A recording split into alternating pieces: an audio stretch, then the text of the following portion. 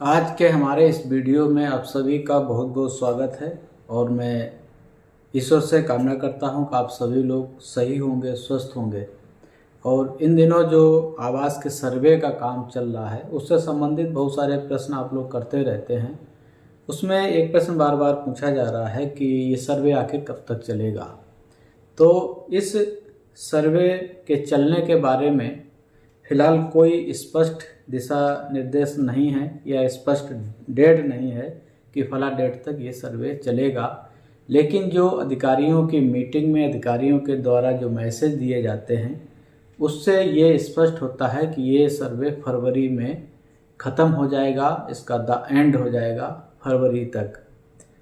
क्योंकि एक चीज़ और मैं बताऊं आपको, जो सर्वे के आंकड़े अभी आ रहे हैं उन आंकड़ों में औसतन अभी 20% ही सर्वे हुआ है, 80% सर्वे होना है। जबकि इस सर्वे को चलते हुए करीब 20-25 दिन हो चुके हैं धीरे धीरे। अब ये आपके मन में जिज्ञासा होगी कि आखिर 20% कैसे हुआ, तो ये संख्या कौन सी है। तो इसके बारे में मैं आपको बताऊं कि सचिव ग्राम पंचायत से एक रिपोर्ट मांगी गई थी, एक रजिस्टर बना था, आपको याद हो उसके संबंध में हमारा वीडियो भी था, प्रधानमंत्री ग्रामीण आवास योजना लाभार्थी चयन रजिस्टर। तो उस रजिस्टर में जो भी लोगों ने अपने नाम दर्ज कराए थे मीटिंगों में या पंचायत कार्यालय पे आके, उन सारे लोगों के नाम उसमें लिखे गए थे, वो रजिस्टर बनाया गया था। और उसी रजिस्टर की संख्या को बाद में मांगा गया, कहा गया कि रजिस्टर में कितने पात्र व्यक्तियों को दर्ज किया गया और उन पात्रों में से कितने व्यक्ति वास्तविक रूप से पात्र निकले हैं, वो संख्या दी गई थी हर गांव पंचायत से। कहीं कहीं तो इतनी ज़्यादा जनसंख्या दे दी गई है कि वहाँ 10% भी पात्र व्यक्ति नहीं मिल रहे हैं। तो उसी संख्या का मैं औसत बता रहा हूँ कि 20% सर्वे का कार्य हो चुका है। अब यहाँ पे पात्र और अपात्रता की बात आती है, बहुत सारी दिक्कतें आती हैं गांव में जब भी सर्वेयर जाते हैं। हालांकि उनका दायित्व बनता है कि हर व्यक्ति का वो सर्वे करें, लेकिन ये संभव नहीं है। बहुत सारे ऐसे अपात्र लोग हैं जो बार दबाव डालते हैं वहाँ पे कि चलिए पहले मेरा मकान देख लीजिए, मैं भी पात्र हूँ। तो इसके बारे में पहले भी हमारे वीडियो हैं कि पात्र कौन लोग हैं। तो इस चीज़ को थोड़ा आप समय निकाल कर सुन लीजिएगा। और इससे पहले मैं आपसे निवेदन करूँगा कि हमारे चैनल को सब्सक्राइब कर लीजिएगा। आप लोग देखते तो हैं बहुत अधिक संख्या में, लेकिन सब्सक्राइब नहीं करते हैं। तो हमसे जुड़ने के लिए हमारे चैनल को सब्सक्राइब अभी कर लें। बस इतना ही कहूँगा। पहले हम समझते हैं कि पात्र व्यक्ति है कौन। एक तो सबसे पहले आप ये अपने दिमाग में रख लीजिए, आसपास लोगों को समझा दीजिए कि कोई भी व्यक्ति जिसके पास अपना पक्का मकान कहीं भी नहीं है तो वो व्यक्ति पात्रता की श्रेणी में आता है। फिर उसके बाद दूसरा मानक आता है कि उसके पास 2.5 एकड़ से कम सिंचित भूमि, सिंचित भूमि का मतलब होता है जिसकी सिंचाई हो रही हो, चाहे वो नहर से हो रही हो, ट्यूबवेल से हो रही हो, किसी अन्य संसाधन से हो रही हो। और उसके बाद आता है कि इससे अधिक भूमि नहीं होनी चाहिए। फिर आता है कहते सरकार की 5 एकड़ से अधिक असिंचित भूमि नहीं होनी चाहिए। बहुत से एरिया हमारे देश में ऐसी हैं जहाँ पे सिंचाई का अभी भी कोई संसाधन ठीक से नहीं है। तो ऐसी जगह के लिए 5 एकड़ भूमि तक का व्यक्ति पात्र माना गया है, उससे अधिक का व्यक्ति पात्र नहीं है। फिर सरकार कहती है कि किसान क्रेडिट कार्ड जो है, जिस लाभार्थी का हम चयन करने जा रहे हैं उसके पास 50,000 से अधिक का केसीसी नहीं होना चाहिए, किसान क्रेडिट कार्ड नहीं होना चाहिए। अगर इससे ज़्यादा उसका केसीसी बना हुआ है तो फिर वह व्यक्ति पात्र नहीं है। तो इन सारी चीज़ों को आप नोट करते जाइएगा एक एक, जिससे जो भी कन्फ्यूजन हो वो दूर हो जाए। और घर में 4 पहिया या 3 पहिया वाहन, मोटराइज वाहन नहीं होना चाहिए, ये एक मानक है। अगर है तो फिर वह व्यक्ति अपात्र है। मोटराइज्ड कृषि यंत्र नहीं होना चाहिए, अगर है तो फिर वह व्यक्ति अपात्र है। और परिवार में कोई भी व्यक्ति सरकारी सेवा में नहीं होना चाहिए। अगर मान लीजिए घर भी कच्चा ऊपर वाले जो भी मानक दिए हैं वो सारे मानक वो पूर्ण कर रहा है, लेकिन अगर उसके घर में कोई व्यक्ति सरकारी नौकरी करता है तो फिर वो व्यक्ति अपात्र नहीं रहेगा। और परिवार का कोई भी सदस्य इनकम टैक्स आयकर ना भरता हो, आयकर ना देता हो, अगर देता है तो फिर वह परिवार इस योजना के लिए, आवास योजना के लिए अपात्र हो जाएगा। और परिवार में कोई भी प्रोफेशनल टैक्स ना देता हो, वकील हो गए, डॉक्टर हो गए, सीए हो गए, कंसल्टेंट हो गए, सारे लोग अगर हैं और टैक्स भरते हैं तो फिर वो पात्र नहीं है। और फिर सरकार का जो मानक है वो कहते हैं कि परिवार का कोई भी सदस्य 15,000 रुपये महीने से अधिक ना कमाता हो या 15,000 से अधिक का उसे वेतन या मानदेय न मिलता हो। अगर इससे ज़्यादा मिलता है तो फिर वह परिवार अपात्र हो जाएगा। और फिर कहा है कि पूर्व में आवास का लाभ ना मिला हो परिवार में किसी को, मुखिया को, या तो अगर मिला है तो भी वो अपात्र हो जाएगा। अब इसके बाद आते हैं कुछ और चीज़ें जिसको मौखिक रूप से कहा गया था कि अगर कोई परिवार है जिसका एक कमरा ही केवल बना है, लड़के हैं, उसके बहुएं हैं, शादीशुदा परिवार में सदस्य हैं, 2-3 परिवार रह रहे हैं संयुक्त रूप से, तो ऐसे लोगों को भी चिन्हित कर उनका सर्वे किया जाए, क्योंकि एक कमरे में 8-10 लोगों, 12 लोगों की गुजारा नहीं हो सकता है। तो सरकार से इस तरह से निर्देश थे कि उनका भी सर्वे किया जाए। फिर है कि हम देखते हैं कि गांव में बहुत सारे पुराने मकान पक्के बने थे, छतें उनकी ईंट वाली छतें पड़ी थीं, वो मकान जर्जर हो गए हैं, गिर गए हैं।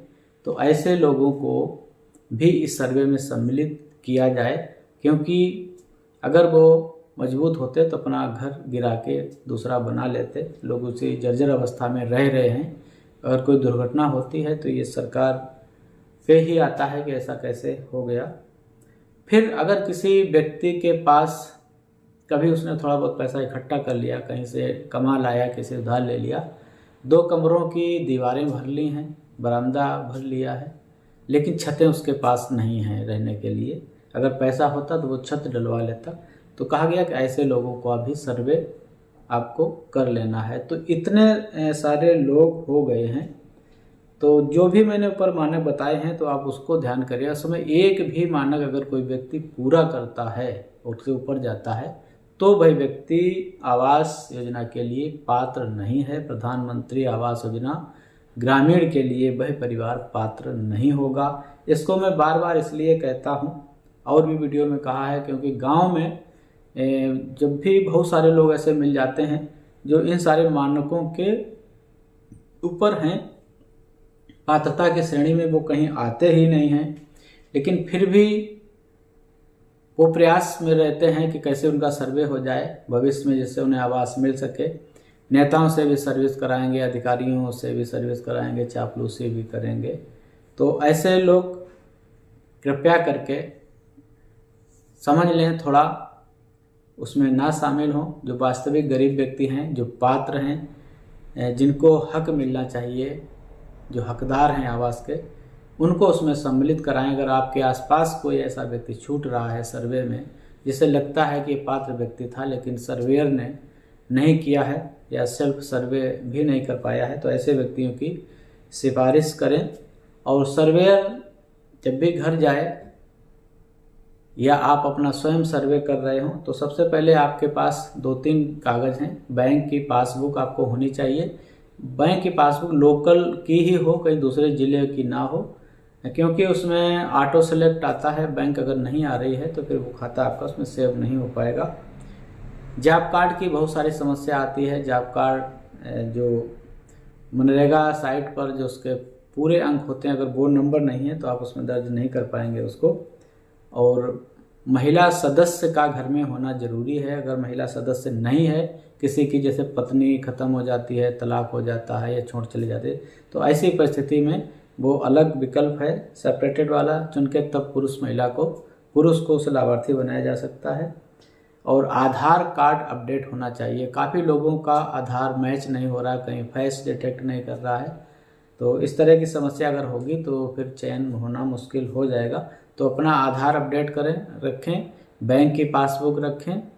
और घर में अगर महिला हैं तो महिला को मौके पे होना चाहिए, क्योंकि जब केवाईसी होती है तो महिला की ही केवाईसी हो जाती है लाभार्थी के रूप में। लेकिन जो लोग स्वयं सर्वे कर रहे हैं, अगर वो महिला को मुखिया बना देते हैं तो फिर उसमें मुखिया की जब एक बार केवाईसी हो जाती है, उसी को लाभार्थी के रूप में सिलेक्ट किया जाता है, तो फिर केवाईसी की आवश्यकता नहीं पड़ती है। और जॉब कार्ड की समस्या आ रही है कि बगैर जॉब कार्ड सर्वे नहीं हो रहा है। तो अगर आप मनरेगा में काम करते हैं तो अपना जॉब कार्ड ब्लॉक से जाके उसका नंबर ले सकते हैं, निकलवा सकते हैं, पूरा नंबर ले लें, वो उसमें नंबर आप भर सकते हैं।